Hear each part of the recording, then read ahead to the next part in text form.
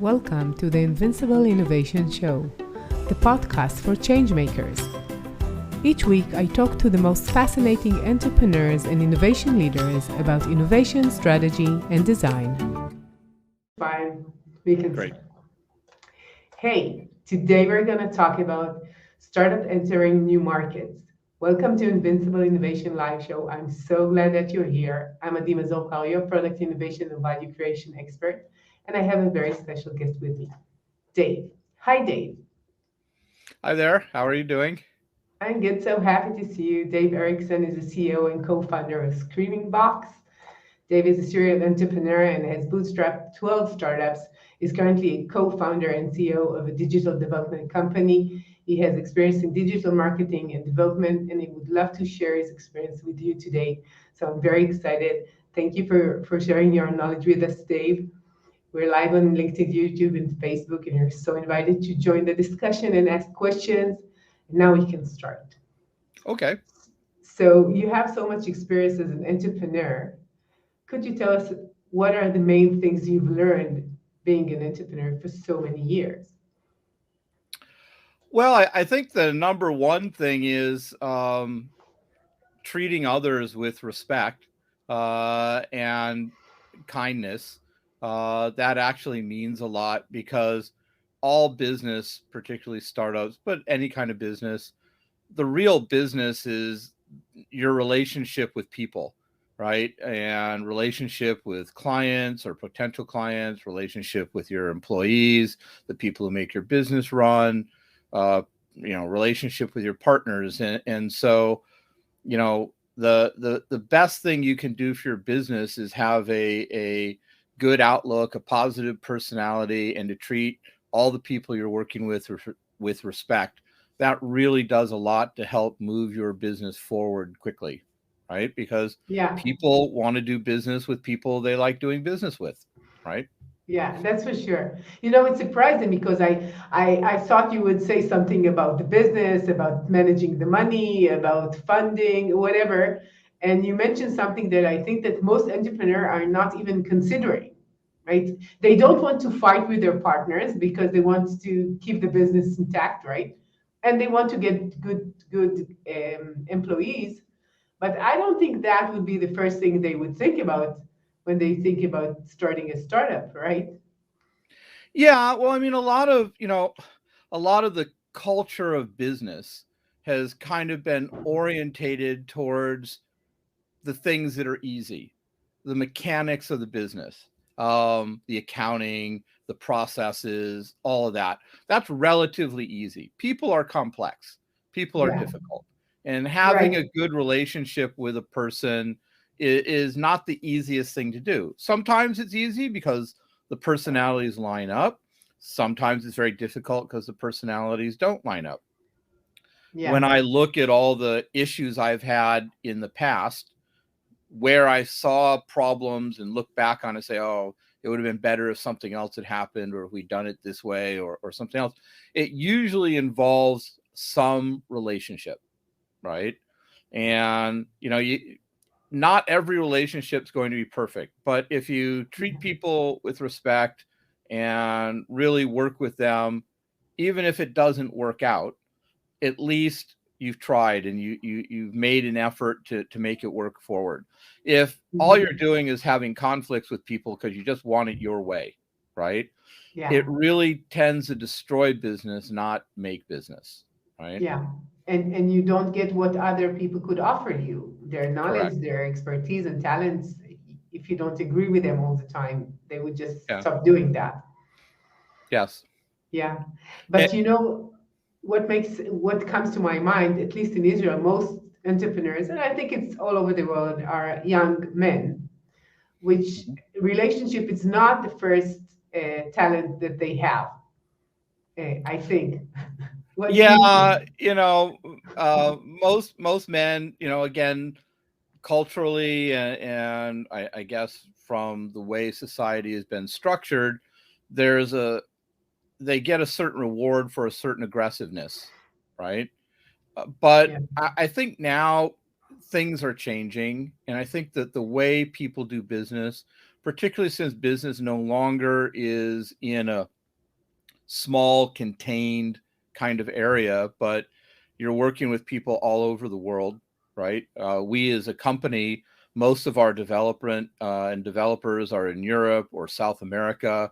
So culturally, they're not even in the United States, but all of our clients are in the United States, and trying to align all the personalities and the cultures and how do people relate and work together, right, is actually very important. So those kind of social and cultural rewards for being aggressive don't really work once it's outside of kind of a small local area, because then you're having, being aggressive with some cultures will just immediately turn them off and they'll say, I don't want to work with you. Right. Yeah. So, you have to really have an awareness of, what your clients, how do they have relationships? What are your workers? How do they have relationships? One of the things that we do is we do a lot of personality assessment. We've worked, we've been in business for 10 years and we've developed a bunch of personality surveys. We, do that with our clients and with our developers. And we look really to make sure that the people who are working together have, they have a similar style. Doesn't have to be exact, but, putting an introvert with an extrovert usually causes some conflict, right? Or putting a very detailed oriented person with somebody who's very creative and loose, that also creates conflicts at some point in time. So being aware of that, of who those relationships are trying to have, and understanding in the beginning that, okay, maybe this relationship will be really good for each other, but there's also going to be these challenges. How do we help make that smoother? How do we help make that relationship work better? And that, as managers, is kind of what our job is to do, to make sure that things go together well and that people work together well and that everyone's happy, right? And that's how I look at it, is a business sense, that our job as the business is to make the people who are having the relationships happy, because happy people means better business. That just seems to be natural. But what I think about, like, assessing your employees makes sense, but how do you assess the clients to match the right employee to work with? We give them the same personality assessment. We have a basic personality assessment. You can do it in about 10 minutes. And we do, because, initially clients will be like, well, why do I need to take such I guess. I explain to them what we're trying to do. I explain to them that what we're trying to do is make sure there's a happy relationship, and there's two sides of the relationship, right? And we want to understand both sides of the relationship, because the best, we have some clients, particularly like enterprise clients, who really likes our team extension program, where basically they're having one of our developers work with their teams. So the reason that they like it is because a developer will come in and start working, and it just seems to work from minute one. And they're all very protective, and they love the way our developers work. And I keep telling them that's because we've really gone through the trouble to make sure that the people are aligned. If we only have one half of the equation, there's not much we can do, right? So we need both halves. And when I explain it that way to them, they kind of get it. And I say, look, if you have a point person in your company who's going to be working with our developers, that's who we want to, do a personality assessment on, just to make sure that there's not going to be any major conflicts, right? We'd rather eliminate those in the beginning so that the relationship runs very smoothly from then on out. And that's the most profitable way to do it, right? Yeah. When I think about relationship internally or between a client and a service provider, it makes sense to me. But when most, at least technology-oriented products, are for a large audience, and you're moving from sales to marketing, this more personal point of view is missing, because what you're doing is actually selling your brand, selling your services, your products, but you don't have real connection with the people who are going to buy it. And it doesn't matter if it's a B2B product or a B2C product. They would just buy it online. Well, yeah, but I don't necessarily agree 100% with that. if you're doing your sales and marketing correctly, you will have a connection with your client base. If you are selling a B2C product and you're doing it, say, through, I don't know, whatever sales channel, Amazon or your own website or any of the other markets, all of those systems have the ability for your customers to give you feedback, either by comments or by, direct connection. So you have a flow of information coming to you from the client or from the customer. And, the key to all sales and marketing is really the same. Listening to the person who's going to buy your product or service. Yeah. Right? Because Makes only sense. by listening can you get the information you need to be able to tune and adjust or develop products that they want, right? Yeah. And again, it's the exact same thing. When you buy a purse from Louis Vuitton, right?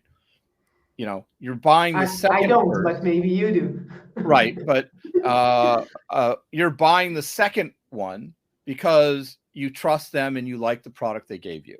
And if they Right. gave you a bad product and a product that you didn't like, then you wouldn't. And you may say to them, hey, I didn't like your product because the leather was too hard or the color was too blue or whatever. You get feedback. You can develop new products that'll satisfy those people so you can try again, right? Or if they say, I didn't like your customer service, or it was too difficult to do this, that's, again, if you're listening, if the business is listening to the feedback it's getting, then it can adjust that relationship, even though it isn't a direct relationship. And even though it isn't, if you're doing your market, you're going to, example, entering a new market. You're going to, enter a new market. You're going to do a product market fit for that demographic or that market. You're going to understand the culture of that market. If there's a language that's different, you're going to need to understand the language or find somebody who does understand language. All this has to go before you even enter the market.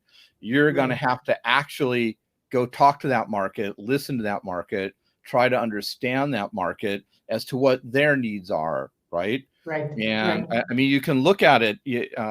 I've been to, many places in Europe. I lived in Europe for 10 years. I owned a publishing company in Europe. So I got exposed to many markets and many, different cultures, and I can watch something big like McDonald's, right? The way they entered one market was different than another. But initially, when they entered some markets in Europe, some markets received it well and some markets didn't. And then they had to adjust the menu and they had to adjust their marketing and advertising for each market. And then they got better at that. And when they went into some of the newer markets, like in Eastern Europe, they went in really understanding the market first and setting up so they didn't make a lot of those mistakes. Well, it's the same with any business. You just, if you're going to release a product to the market, right? If you're going to release it as a global product, so you're just going to say, I'm going to release this globally, you're going to still have to adjust your product and your marketing if you want to succeed in it. And all of that comes from hearing the local markets, right? Right. So I would tell you that all the startups in Israel that I worked with for the last 20 something years, they are all aiming to the US market. Each and every one of them. I never worked with a company who worked for any kind of European country. First, because Israelis are really connected to the US and they know really good English. But more than that, I think they would imagine that we have this very large market. We don't need to adjust, and we're just entering one market, and it's enough for us. And does that make sense to you? Or in some cases, you would say, okay, maybe the biggest market that you have is the US, and you should consider working really hard to enter some kind of a country in Europe. Well, sometimes that leap between one market and another market is a relatively small leap, right? And so it may be that you enter a market or you focus your initial market entry into the United States. You get the product working in the United States, you get some customers and you get feedback and you get everything for the United States market. But, companies like to grow, and you can't say to a company, you you can only grow slowly. Everybody wants to grow quickly, right? So if you're getting success in the US market and all of a sudden you start seeing a bunch of orders from Great Britain or from France, right? And even though it's a small percentage, you're seeing something, it may be that tuning your marketing or placing some ads in that market or getting a sales rep in that market may not be a big jump, but the increase in sales may be significant enough to easily justify doing that. If you're starting your business and you're trying to target a market, yeah, it doesn't hurt to stay focused and to target, say, the US market or South American market or whatever market you are interested in, to start there first. But, like I said, the world's becoming a small place. Everything's connected. People who buy products in the United States, they may actually live somewhere else and bought the products when they were traveling there or being there for a period. And if you did a good job and your product is quality, they're going to want it no matter where they are, or they're just going to tell their friends, or it's going to spread on social media. And so people from other countries are just naturally going to want it, right? Yeah. So Sense. the effort to take the product and segment it for a different market or to add localization by language are really small steps sometimes, but can yield a good benefit in increase in sales, right? So we talked about marketing. So what do you think that founders need to know about marketing for new areas and new markets? Well, I think that they have to do the hard work of product market fit for each market. So if they were going to go into the United States, they got to spend time asking people what do they think of the product. They have to be able to show the product to people and get feedback on it. They have to really look at competitors and what are they offering and really tune the market entry to take that information.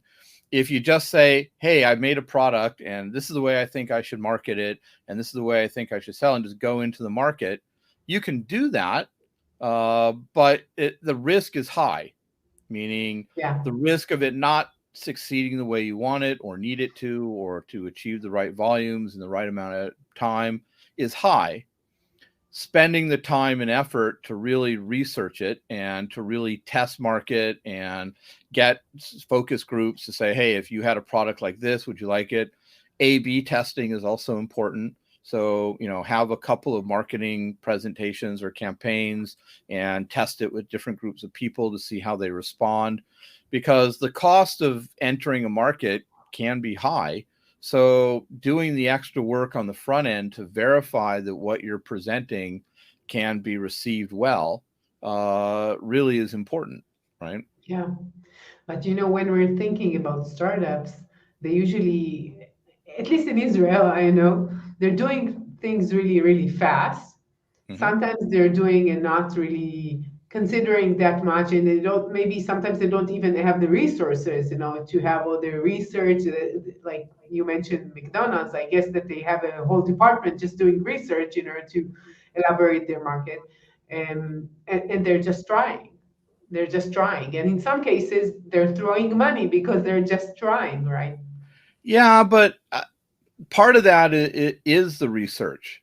So there are so many different ways to talk to and communicate with people, particularly in the United States. There is social media campaigns. You can start yourself a free Kickstarter campaign, and in that Kickstarter campaign, present kind of the product you're thinking of going to market with. You can use it to raise funds, but more importantly, you can use it to get feedback, right? And you can say, this is the product I'm thinking of entering the market with, and you will get a whole bunch of feedback and comments. There's a bunch of other social media platforms, as well as other platforms where you can do test marketing. And I actually wrote a blog post on our blog about how to, enter a market, right? And part of that is some of these tools that you can find to basically get feedback and to test the market. They cost almost nothing.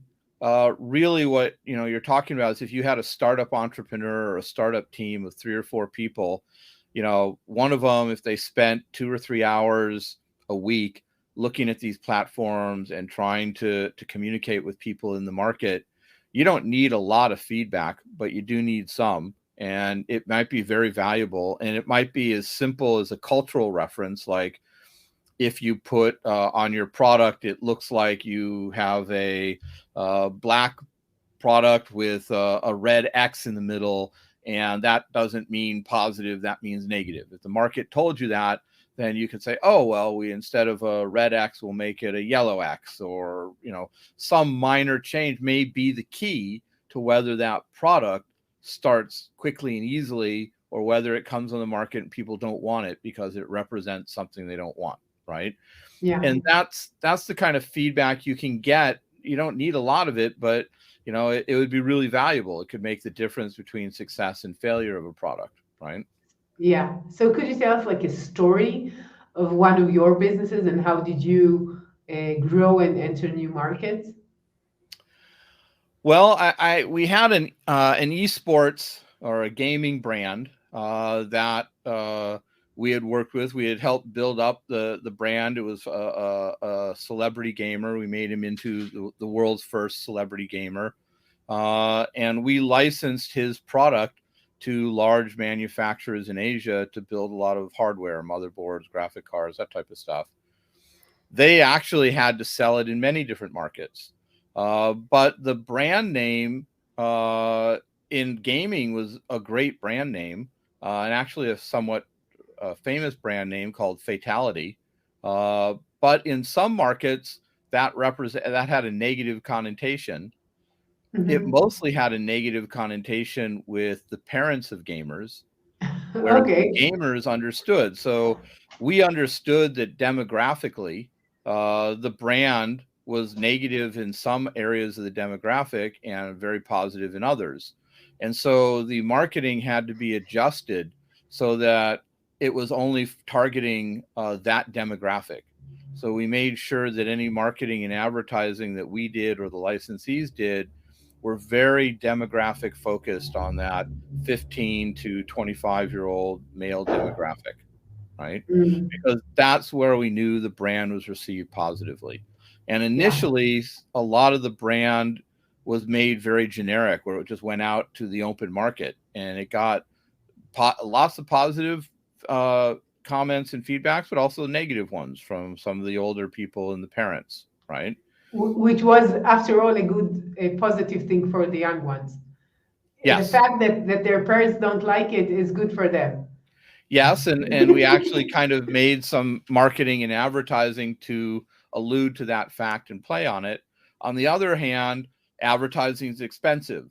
So initially we probably wasted some advertising dollars by making the targeting too general, right? Whereas later on we realized that and were able to make the targeting of the advertising very narrow, and it was more cost effective, right?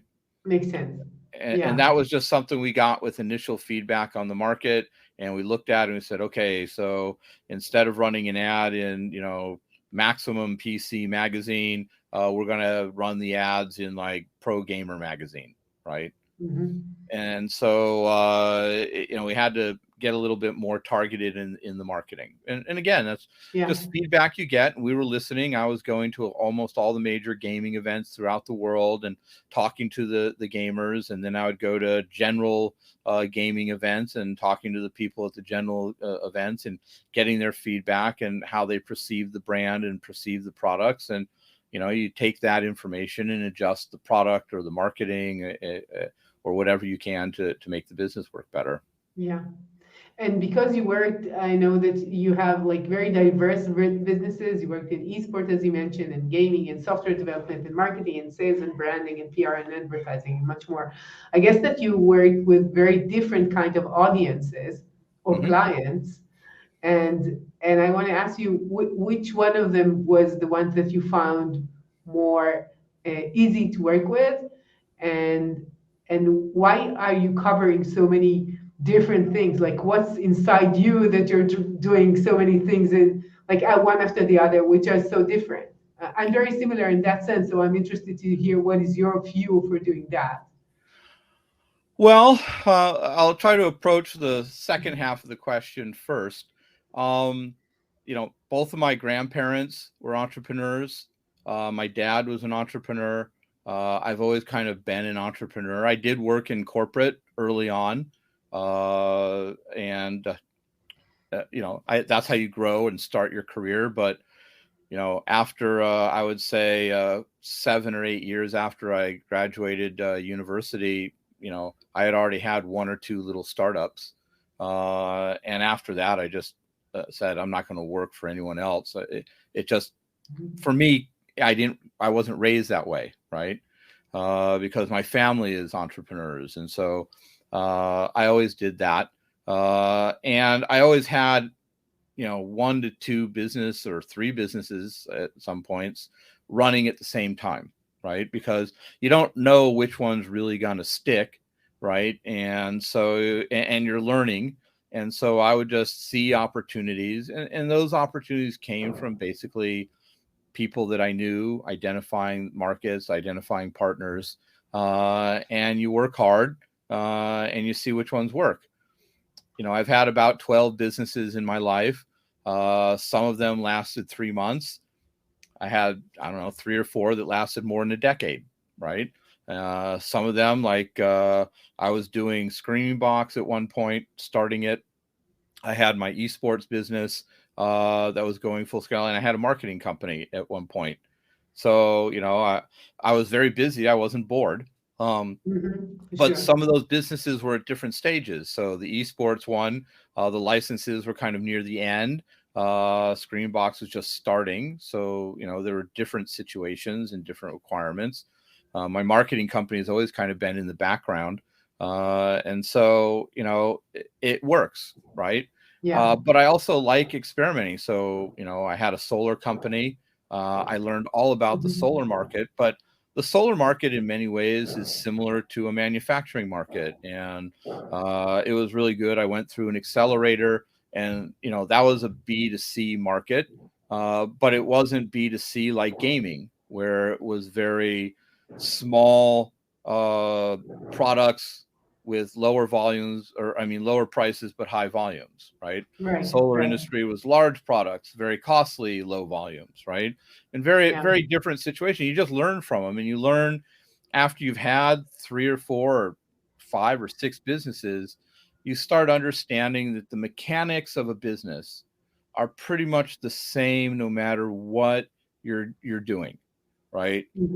Basic Yeah. business mechanics, the basic sales, marketing, accounting, logistics, all that, distribution businesses, service businesses, manufacturing businesses, they have these different segments, but the mechanics of those things tend to work the same. Yeah. And one of the things that's happening or has happened over the last 10 years that I think is really interesting and really positive for entrepreneurs is that there's a lot of SaaS tools that have now come out, cloud-based tools that make it so 10 years ago, it would take 10 people to start and run a company. Now you could do it with 3, right? Right. Right. Because the tools allow for that, because business mechanics are all connected and they're very similar. And so a SaaS tool that works for a solar company would also probably work for a company that does makeup, right? And a lot of the market and sales tools, example, Amazon, right? It's a sales tool. It's a sales channel that you can use.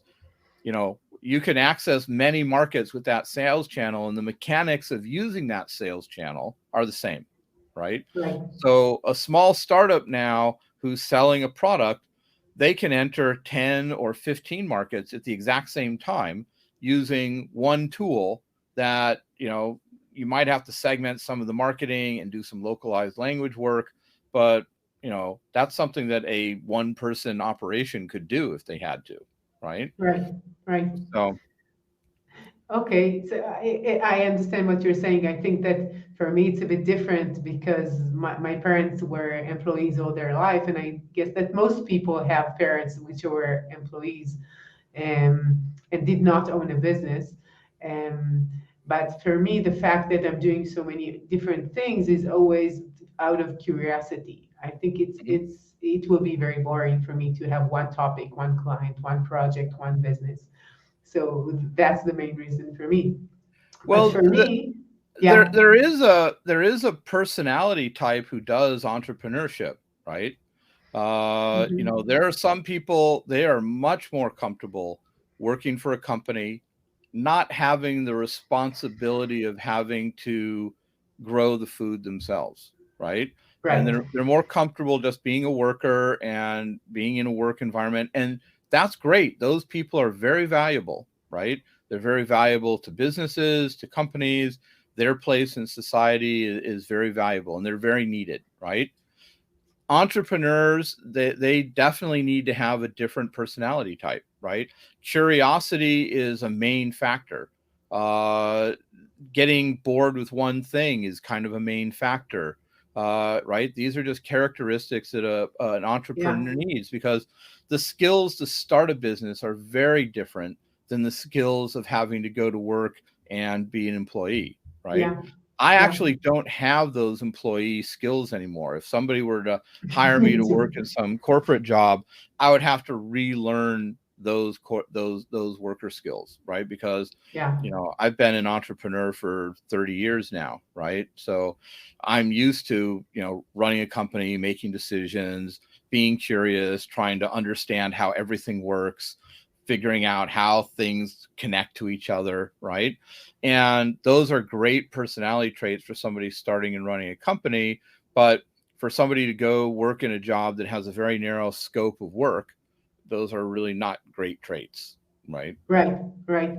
I think that one more important thing that I think about is the option to create motivation for yourself. Because Hmm. sometimes it's not like a one-way street. It's not like Right. going up, up, up. It's a roller coaster sometimes, Uh, and uh, you need to all the time. all the time, maybe all the time. You're right. And you need to have the energy. I think that most people, I would say even myself, I never thought about energy that much as when I became a business owner, because I said, okay, I'm an energetic person, I can do that. But Hmm. then you found out that like I found out that that there's so many challenges on the way, and you don't have a manager you could blame, or maybe lots of teammates you could think together, or even workers who do the work for you, which is so challenging. And you need to have the emotional capacity in order to do that. Yeah, and it does take a lot of energy, particularly opening yourself up, because you have to accept responsibility for the decisions and actions you make. And you have to be able to say to yourself, I made a mistake. I should have done it differently. Right. And sometimes emotionally, that's hard for people to do. Right. And a lot of bright personalities are very centered on I'm successful and I'm this, and they're focused on that. But it's hard for them to connect and learn from their mistakes. Right. Right. And for me, that was early on. I didn't have a choice. You had to accept that responsibility when you start new. But I've met entrepreneurs who worked for many years and they started a business later in life. And one of the things they really struggled with is really accepting that responsibility, right? But deep down, when it's your responsibility and it was your issue. Yeah. You may try to pass it on to other people as their mistake, but the fact of the matter is, he who's CEO is responsible for everything. So Yeah. in the end, it's all your mistake. But you know, it's so Yeah. my skill as an entrepreneur has only improved through my failures, right? So I don't look forward to failures. I don't like failures. They emotionally are very difficult and hard to do. On the other hand, if you're able to be open and honest with yourself and say, okay, I screwed up, I failed, whatever, that's where most of your learning occurs. Right. And Right. so for me, I don't look forward to a failure, but I look back on the failures that I've had. And although emotionally I feel embarrassed or bad or whatever for the mistakes I've made, I can also see, oh, it helped me grow and become better. And when you have a situation where you took a different path because you learned from your mistake, then you feel that feeling of success of, hey, I actually improved and I actually did it right this time. Right. Yeah. And And in that general, when you're doing things, you might fail. When you're staying in the same situation, in a known situation, a place that there are not many unknowns, okay, but yeah. you're not doing much. And entrepreneurship, for me, that's why I'm always involved in new businesses. So, right now I have two businesses, Screamingbox, which is pretty stable and a nice team. I have a marketing company. We do a lot of content marketing, and again, a small team, but it's now a stable business. I'm consulting with probably two or three other businesses I find interesting, helping them do business. And if those grow and do something, then I may join their teams or help them in some way. So I always have something kind of going in the background. It's a stream of learning because I'm always learning about those things. They're different than what I'm doing. So they give me, some different energy than a stable business. And that still allows me to feel like I'm learning and growing, because one of my personality traits is I always need to feel like I'm learning something, right? That makes me happy when I learn something. It's one of the reasons why I do podcasts and all those other things, right? Because Right. everyone I meet, it's usually a learning experience. And so that to me is important, right? And Yeah, that for keeps me my too. energy up, right? Yeah, I totally understand that. Through the years, I had opportunities to join a team in companies that most people would think they're very attractive to work with, very big corporates, tech corporates, and through the years, I found out that it's not for me. Although, like many people would consider it as being like a very good job to have, but for me, the fact that I'm working with so many different products and different teams and always learning is something that will fuel my day from the beginning, instead of like, okay, I already know that, so what's next? What's next? Yeah. And I would not enjoy doing that for more than a few months. Okay, that's not Yeah. for I me. mean, I like, if I learned something and got some experience in a product or something, and I go and help somebody with something different, I like that because you can take the experience of the success of one product and you can bring those things to another product that may be completely different, a different market or a different type of product or a different sales channel. But you're able to take some of the basic mechanics of success, bring it to that product, and still learn how those mechanics transfer, right? Right. And that's always exciting, and that keeps it up. It kind of goes a little bit towards what you were saying in the first half of that old question, which is about energy, right? Yeah. And particularly as you get older, you're not able to handle as much. I used to have no problem handling four businesses at the same time, and now it's like two businesses is about all I can handle. But yeah, energy is really important, and part of that is also about managing yourself. So making sure you have time for your family and making sure you have time to do activity. For me, the biggest way I get energized is I make sure I go for a bike ride, right? I'm a mountain biker. And so if I'm doing, I make sure I schedule at least 3 bike rides during the week. And that usually helps keep my energy up and keeps me excited and it rejuvenates me, right? And it's really easy to get lost in your businesses and work 16 hours a day. I used to do that all the time. I actually used to keep publisher hours where my best work tends to be like from 10 at night until 2 in the morning, right? Wow. uh, so technically I was a night owl, but once I had a family, I couldn't do that. And so I had to adjust my hours and adjust the way I work. And I actually became more productive and more efficient by doing that. And again, entrepreneurs, as they're doing their businesses, they really need to pay attention to taking care of themselves, right? Eating right, exercising. You don't think of them as very important, but they're actually critical to the success of your business, right? Right. Right. And I think that one more thing you said, like when I'm more grown up, I have less energy, but I think that you have more wisdom too, and you Mhm. could think about what is more important and less important in your life, and where do you want to navigate your resources too. Yeah. And at least this is what I feel, that in the past, when I worked so long, I felt like I'm so happy that I have so much work. I'm so happy that I'm doing so many things, and it made me feel so alive and important even. And now when I think about it, it's like, why do I need to work so much? Like, what is the goal? Where I'm running to? Where is the direction? And this is something that I didn't think about when I had Mhm. like 10 years ago. And I think that you're starting to just think like, where do I want to get to? Mhm. Yeah, no, it is. I mean, when you're young, it's like, oh, everything, everything. I'm going to do everything. Everything's exciting, everything, and it's very hard to prioritize. And some of the lessons I learned in my early businesses were that I wasn't able to prioritize, right? And I was able to look back and say, okay, if I had focused more on this instead of trying to do everything, I would have been more successful. Those skills can't are always valuable. Example, when we started Screamingbox, we bootstrapped it. We had no money. So yes, it was valuable that I was able to do a little bit of everything.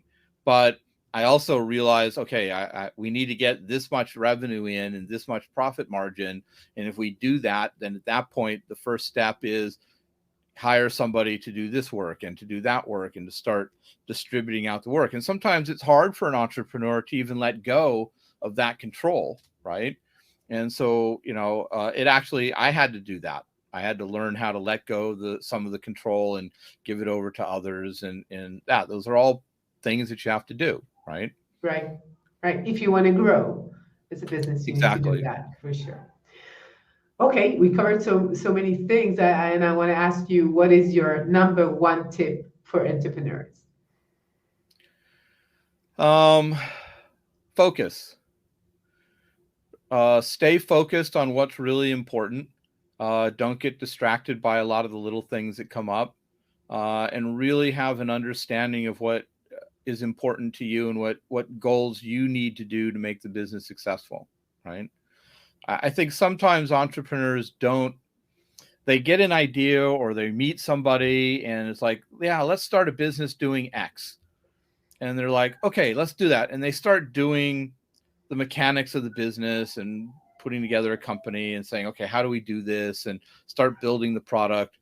But they sometimes don't take enough time in the beginning to say, what's our real focus? What is the focus that's going to get us to the point where we have other options, right? um, and so they just start doing things and not putting together that focus or that focus based strategy, right? Why is that your focus? Sometimes it's hard to ask yourself, oh, I want to make blue carrots, right? Well, why is that your focus? Why is that important? Is that the best focus? Do you think orange carrots might work in the market a little bit better, or is there a reason why blue carrots are better, right? And sometimes they're just like, well, we'll just make a blue carrot and put it on the market and everybody will love it because we love it, right? Yeah, right. And then they say, oh, well, we could do brown carrots and then we can do tomatoes and we can do this. And then they start adding a lot more and losing the focus. And so that may not, fit what they really need or get them to a point where they have those options quickly. Right? Right, right. I totally understand what you're saying. Okay, so where could people hear about your work and contact you? Well, screamingbox.com will get you to my development company. You can easily find me on LinkedIn. My LinkedIn name is Dave Erickson 1. We also have a podcast, podcast.screamingbox.com. So you can find us that way. And anybody who contacts me would love to talk and connect. Sure. I'm sure it's going to be really interesting. And I want to thank you for your time. It's been very interesting and insightful for me, because we have lots of things which are very similar in the way that we think, which is really nice to meet someone who's very similar to me.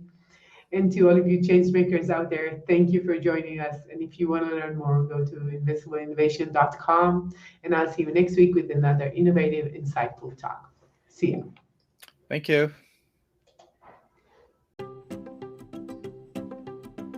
I'm Mazor Kario, and you've been listening to the Invincible Innovation Podcast.